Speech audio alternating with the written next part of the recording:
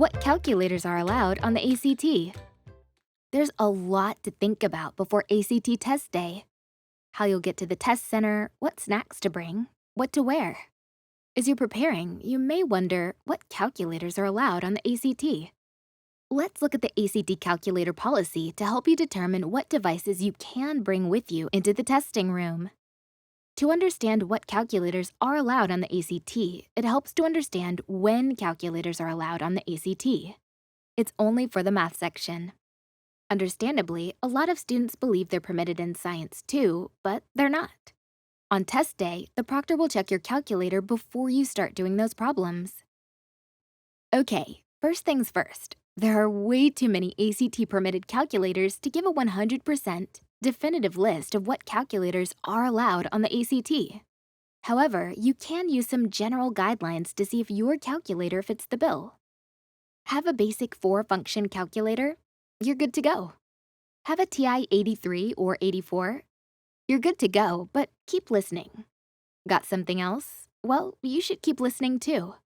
For those of you with TI 83 Plus or 84 calculators, there's a big wait a minute before going into the testing room. ACT forbids you from having any programs installed on your calculator. Though some of you might have put Tetris on your calculator for a little clandestine fun during your math teacher's lectures, your proctor may verify that your apps bank is empty before allowing you to test. So if you have any high scores or anything else on there, back them up now. There are also some calculators that you can use, but only in certain ways or with specific modifications. Here's the rundown.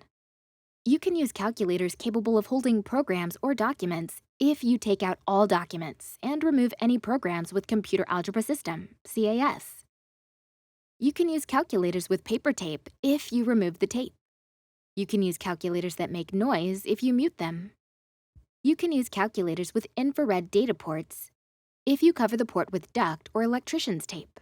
Think Hewlett-Packard HP 38G, 39G, and 48G series.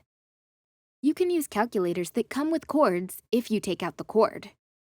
According to the ACT, here are a few questionable cases that are actually okay for use on test day. TI Inspire non-CAS, Sharp EL 9600, calculators with non-QWERTY keyboards. The ACT is a lot more specific about the exact calculators that you can't use on the test. Overall, these are anything with Computer Algebra System, CAS. Calculators with QWERTY letter keyboard. Calculators with programs or files downloaded. Computers, including handheld and laptop computers.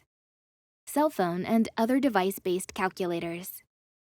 Currently, calculators you aren't allowed to use also include Texas Instruments calculators with model numbers starting with TI 89 or TI 92, TI Inspire CAS, though the TI Inspire non-CAS is okay. Hewlett-Packard calculators with model numbers starting with HP 40G, HP 49G, or HP 50G, HP 48G-II, and HP Prime. Casio models beginning with CFX-9970G, FX-CP400, ClassPad 400, ClassPad 300 or ClassPad 330, Algebra FX 2.0.